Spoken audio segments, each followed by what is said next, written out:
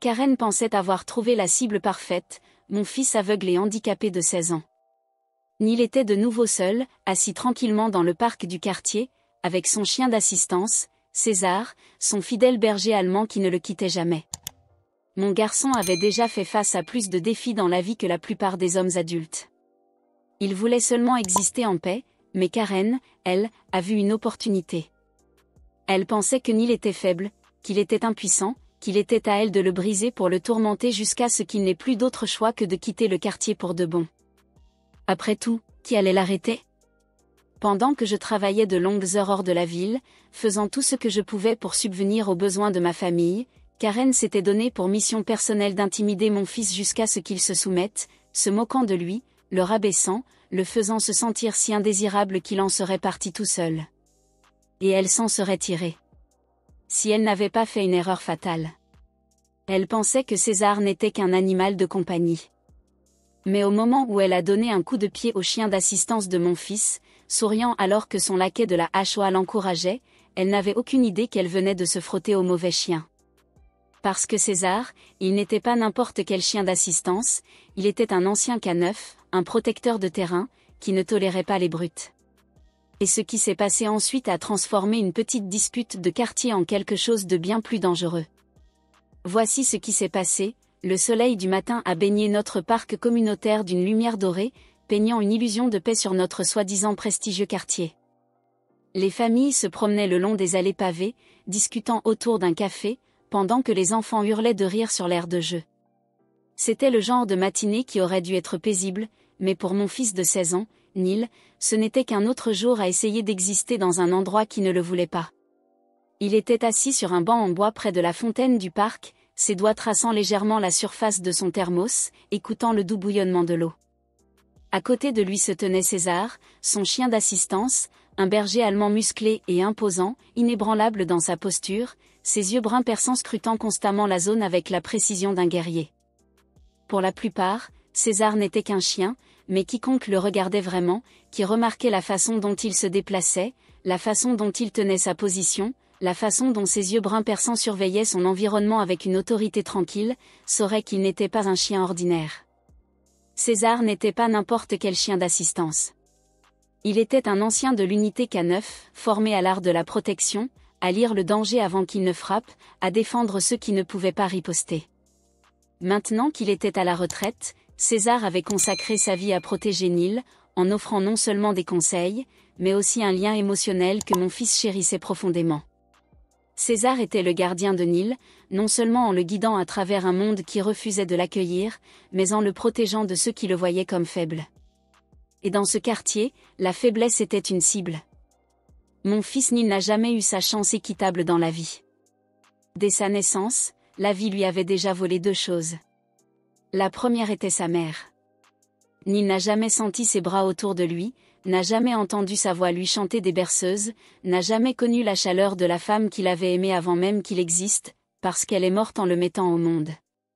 Et moi, je suis resté un homme brisé, un mari en deuil à 30 ans, fixant un nouveau-né qui ne saurait jamais que la femme qui était censée le tenir. J'ai fait de mon mieux. J'ai essayé, mon Dieu, j'ai essayé, mais comment expliquer à un petit garçon qui serre la photo de sa mère tous les soirs qu'elle ne reviendra jamais à la maison ? La deuxième chose que la vie lui a prise, c'est la vue. Pas à la naissance, mais quand il avait 2 ans. Une maladie rare a volé la lumière des yeux de mon fils, le laissant piégé dans un monde de ténèbres avant même qu'il ne soit assez grand pour comprendre ce qu'il avait perdu. J'ai regardé, impuissant, mon petit garçon qui autrefois chassait les lucioles et atteignait le soleil, trébucher dans un monde qu'il ne pouvait plus voir. Et c'est à ce moment-là que j'ai réalisé quelque chose de bien pire que la cécité elle-même. Le plus dur n'était pas que Neil ne pouvait pas voir, le plus dur était la façon dont le monde le traitait à cause de cela. La façon dont les gens supposaient qu'il était impuissant. La façon dont ils chuchotaient à son sujet, mais jamais à lui. La façon dont certains le regardaient avec pitié, tandis que d'autres le voyaient comme une cible facile, une faiblesse à exploiter. Neil avait toujours su que le monde n'était pas fait pour les gens comme lui, et cela me brisait le cœur chaque jour. J'aurais donné n'importe quoi pour que ma femme soit encore en vie, pour se tenir à mes côtés et m'aider à porter ce poids. Mais à travers tout cela, Neil s'est battu. Il a appris à naviguer dans le monde, guidé non seulement par sa canne, mais par son instinct, par son intelligence, par sa pure volonté d'appartenance. Et puis, quand il était le plus seul, quand il avait presque accepté que le monde ne l'accepterait jamais, César est entré dans sa vie. Pour la première fois, mon fils n'existait pas seulement, il était connecté. Une véritable âme vivante se tenait à ses côtés, solide, inébranlable, sa partenaire, un ami, un tuteur. Pour la première fois de sa vie, Neil n'était pas seul, parce que César ne l'avait pas en pitié. César ne lui parlait pas, César ne le voyait pas comme fragile. Quand les gens le fixaient, César se tenait droit à ses côtés. Quand il chuchotait, César avançait sans être dérangé. Quand Neil se sentait invisible, César l'a ancré. César était là, stable, réel, constant. César était à lui. Et à partir de ce jour, Neil n'a pas simplement évolué dans le monde, il y appartenait. Parce qu'avec César à ses côtés, le monde semblait un peu moins écrasant. Les murmures ne piquaient pas autant, la solitude ne semblait pas aussi écrasante, jusqu'à ce qu'elle arrive. Chaud. Karen. Elle pensait qu'elle pouvait briser mon fils, le faire se sentir indésirable, le faire se sentir en danger, le faire se sentir indigne. Mais elle ne s'en est pas seulement prise à Neil. Elle s'en est prise à César. Et c'était sa plus grosse erreur. Faites-nous savoir d'où vous regardez aujourd'hui, si vous êtes nouveau ici, n'oubliez pas d'aimer cette vidéo et de vous abonner pour rejoindre notre communauté grandissante. Vanessa était là. Je me suis dit que c'était juste le stress de l'adaptation à une nouvelle personne dans notre famille, mais parfois je le surprenais à hésiter à table avant de répondre à Vanessa, presque comme s'il n'était pas sûr de devoir parler du tout. J'ai aussi remarqué la façon dont les oreilles de César se dressaient à chaque fois. Vanessa est entrée dans la pièce, non pas avec excitation mais avec vigilance, et puis il y a eu la nuit qui m'a dit tout ce que j'avais besoin de savoir ce soir-là. Je travaillais tard, un autre long quart de travail, un autre dîner manqué à la maison. Vanessa était censée surveiller Neil, lui tenir compagnie pendant mon absence. Je les imaginais parler, rire, peut-être même créer des liens. Au lieu de cela, ce qui s'est réellement passé était beaucoup plus froid. Neil m'en parlerait plus tard, hésitant au début, mais la façon dont il l'a décrit me retourne encore l'estomac. Il avait vraiment essayé de se connecter avec elle depuis que je la lui ai présentée, mais mon garçon avait remarqué à quel point Vanessa était différente quand je n'étais pas là. Ses sourires chaleureux envers lui avaient disparu, remplacés par des étoiles froides et des froncements de lèvres serrés. Ce soir-là, en particulier, pendant que j'étais assise en face de Vanessa à la table du dîner, il avait parlé d'une voix douce mais pleine d'espoir. « Mademoiselle Vanessa ?» La voix de Neil était calme, mais pleine d'espoir, tandis qu'il enfonçait sa fourchette dans la purée de pommes de terre dans son assiette. « L'aimes-tu les chiens ?» Il se pencha distraitement en passant ses doigts dans la fourrure de César sous la table. Je lisais sur différentes races aujourd'hui et j'ai appris que les bergers allemands étaient des chiens de guerre il y a longtemps. N'est-ce pas cool? Il attendit une réponse, mais rien. Vanessa ne leva même pas les yeux de son téléphone. Neil déglutit et essaya à nouveau, forçant un petit sourire. César est vraiment intelligent. Mon professeur dit que les chiens d'assistance peuvent apprendre plus de 50 ordres. Il sait même comment faire. Neil n'eut jamais le temps de finir. Vanessa le coupa sans même prendre la peine de lever les yeux de son téléphone. Et Neil, dit-elle d'une voix sèche et dédaigneuse, mange juste ton dîner. Aucune chaleur, aucun intérêt, aucune gentillesse, juste une froide indifférence.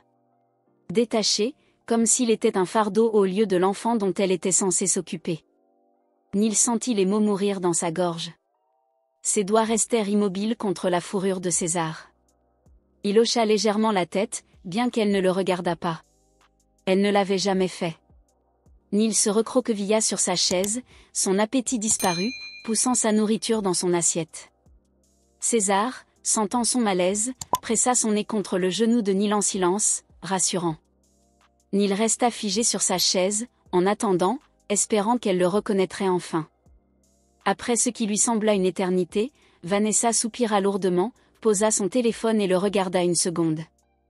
Neil pensa que, peut-être, juste peut-être, elle l'écouterait. Mais Vanessa fixa Neil pendant un moment, presque comme si elle l'étudiait.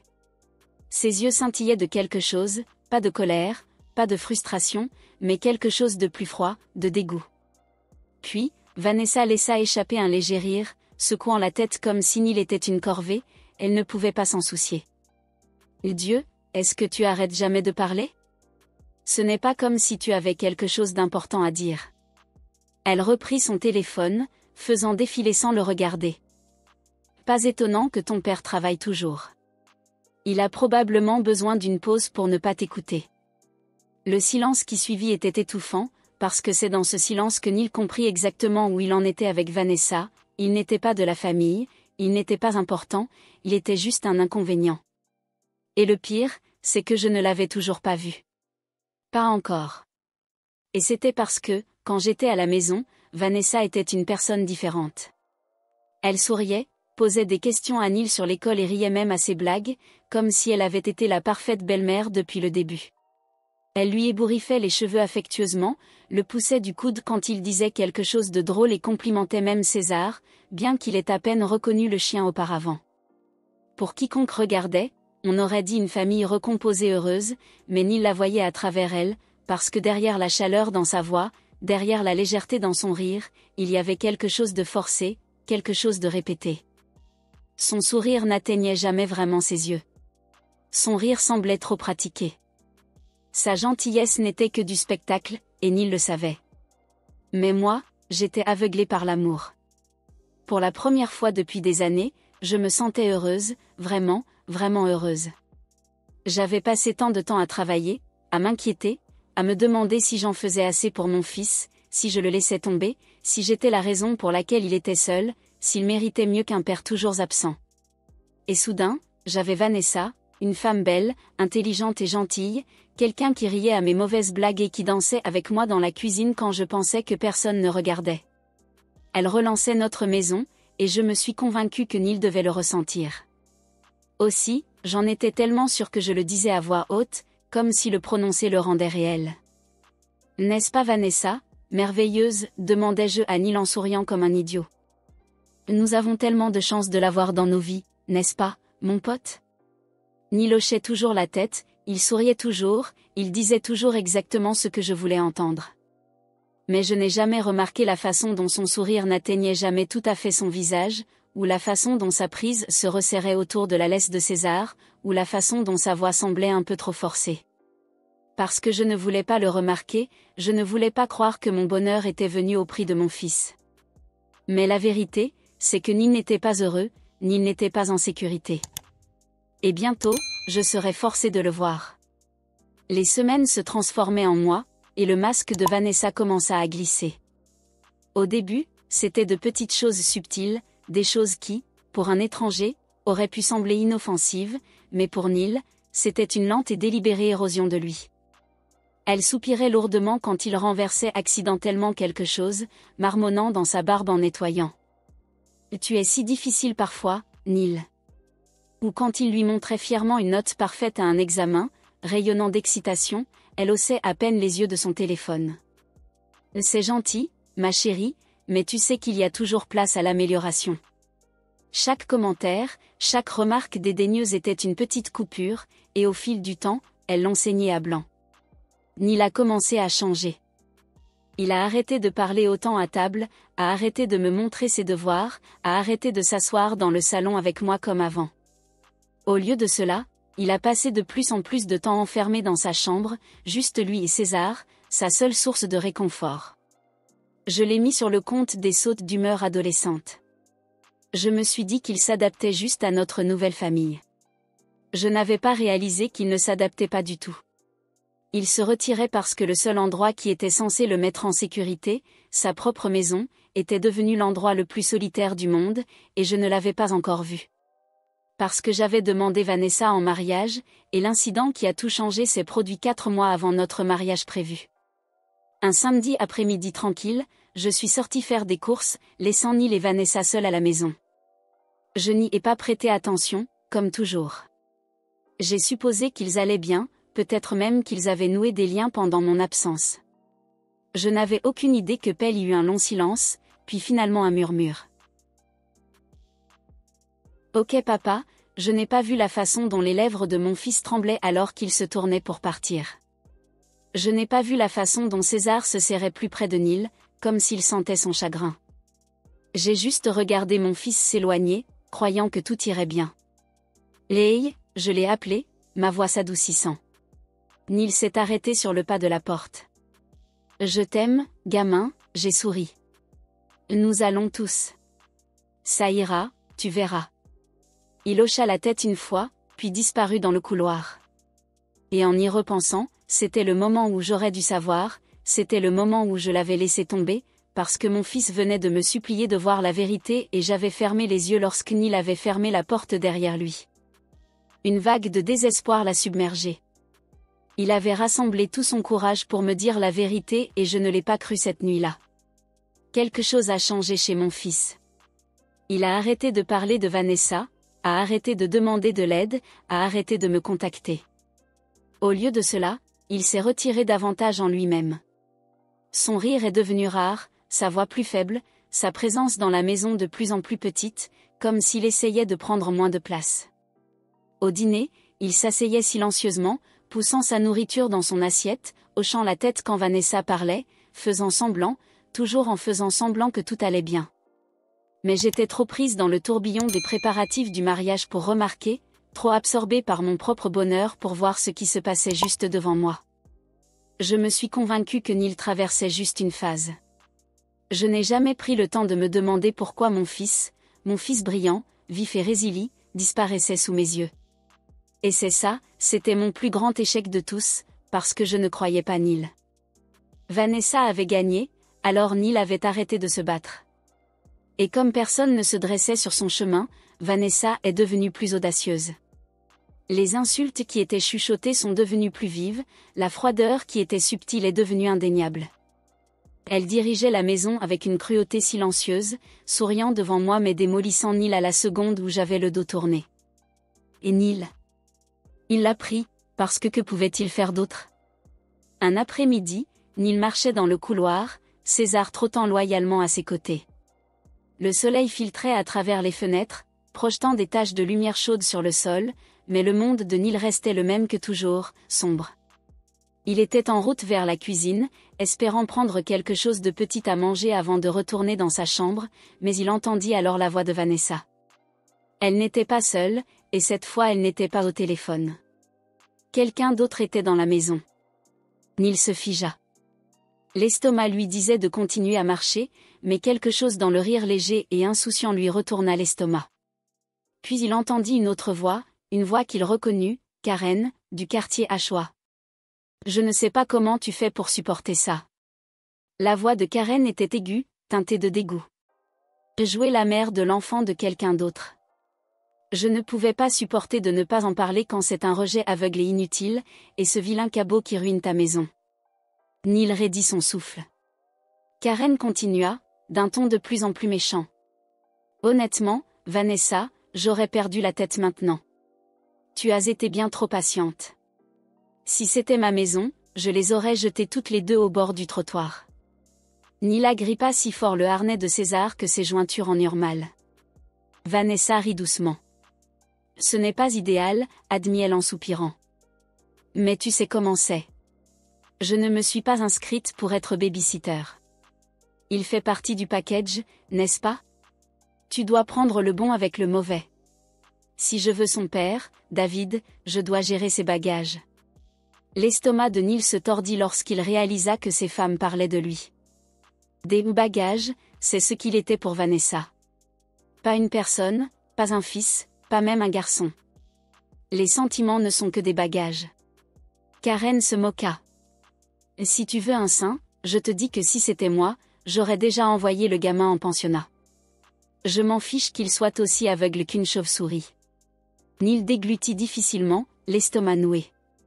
César laissa échapper un léger gémissement, sentant sa détresse. Karen n'avait pas fini. Ce chien est une horreur, au fait, et ne devrait jamais être autorisé dans ce quartier. Vanessa rit. Parle-moi de ça. Toujours dans mes pattes, agissant comme si c'était un grand protecteur, comme si j'avais déjà fait du mal à ce petit monstre. Neil serra la mâchoire. La voix de Karen baissa, dégoulinante de malice. Eh bien, tu ne le feras peut-être pas, mais je suis sûre que tu le feras. Le sang de Neil se glaça. Vanessa, je dirige ce quartier, Karen continua. Et je me fiche des petites lois sur le handicap derrière lesquelles il se cache. Je veux qu'il et ce chien sortent. Lui, le chien, tout ça, il n'a pas sa place ici. Vanessa fredonna pensivement. Crois-moi, Karen, je veux qu'il parte aussi. La poitrine de Neil se serra tellement. Il pensa, fais que ça arrive. Karen insista, d'une manière ou d'une autre, c'était ça. Neil ne pouvait plus écouter. Il se retourna et s'éloigna, son appétit complètement disparu, son cœur se serrant comme une pierre dans sa poitrine. Il n'attendit pas d'entendre ce que Vanessa dirait ensuite. Il n'en avait pas besoin, parce qu'il savait déjà exactement ce qu'elle ressentait pour lui. Et pour la première fois, il se demanda si sa propre belle-mère l'aiderait à quitter la maison de son père. Cette nuit-là, Neil resta éveillé dans son lit, son esprit s'emballait, les mots de Karen résonnant dans sa tête, ce chien est une horreur. Il n'a pas sa place ici. Fais que ça arrive. D'une manière ou d'une autre, chaque phrase était une menace, et pire encore, Vanessa n'avait pas été en désaccord. Neil se tourna sur le côté, une main posée sur le dos de César, son fidèle compagnon, et laissa échapper un soupir silencieux, se serrant plus près, comme s'il sentait le malaise de Neil. Et si Karen ne bluffait pas? Et si un jour César disparaissait tout simplement? Karen avait clairement fait comprendre qu'elle voulait qu'il parte et qu'elle n'était pas le genre de personne à attendre patiemment. Neil déglutit difficilement, puis tendit la main et verrouilla la porte de sa chambre. Il n'avait jamais fait ça avant, mais maintenant il n'avait plus le choix, car si Karen et Vanessa, les deux personnes les plus dangereuses de sa vie, travaillaient ensemble, il ne se protégeait plus seulement lui-même, il protégeait César.